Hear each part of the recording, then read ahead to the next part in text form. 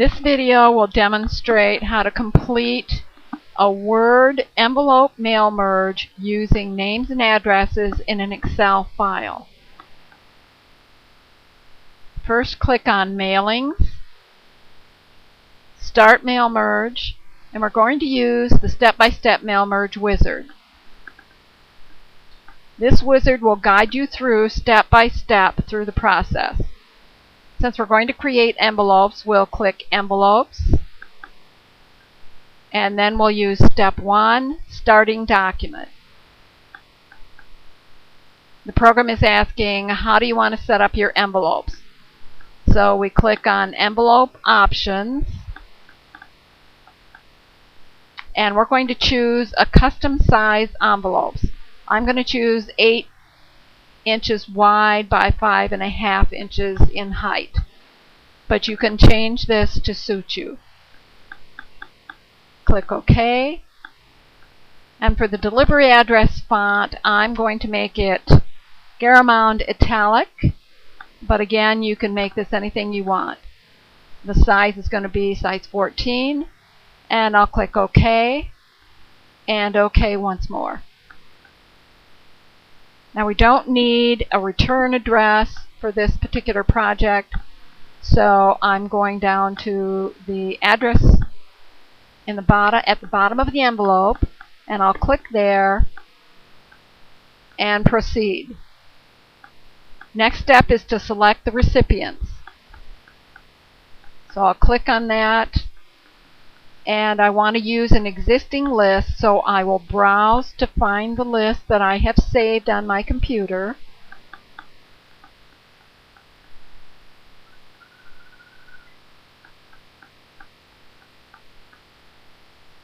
And once I find the list, I highlight it and click Open. That's the list I want to use, so I'll click OK.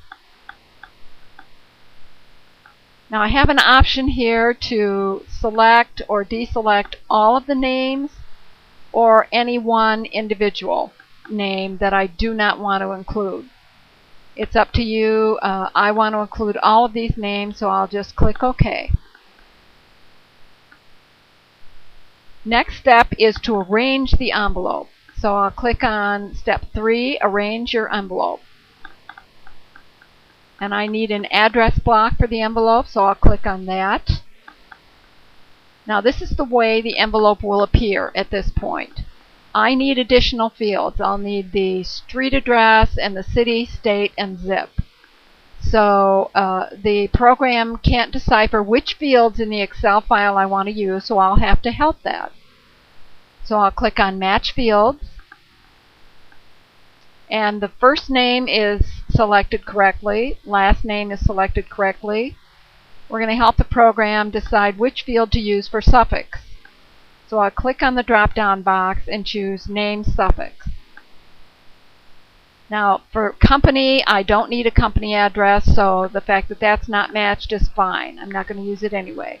We'll go down to Address 1 and click on the drop-down box and choose Home Address. That's the field we want to use.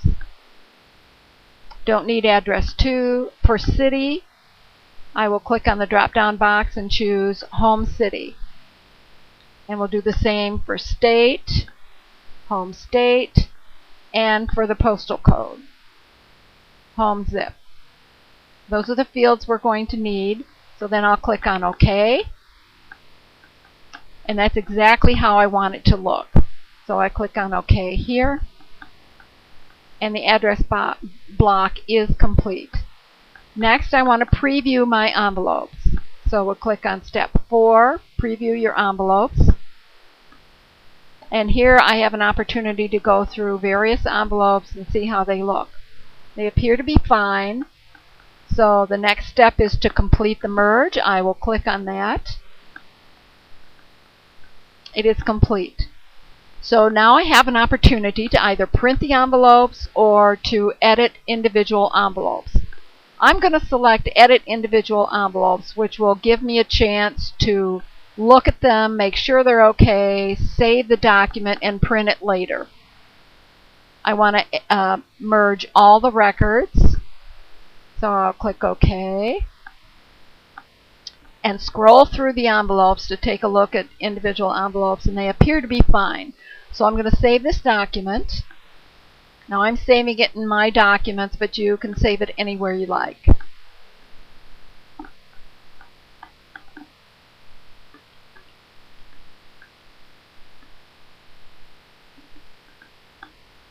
And click Save. The document is saved. You are ready to pull up the document whenever you have time and print the envelopes.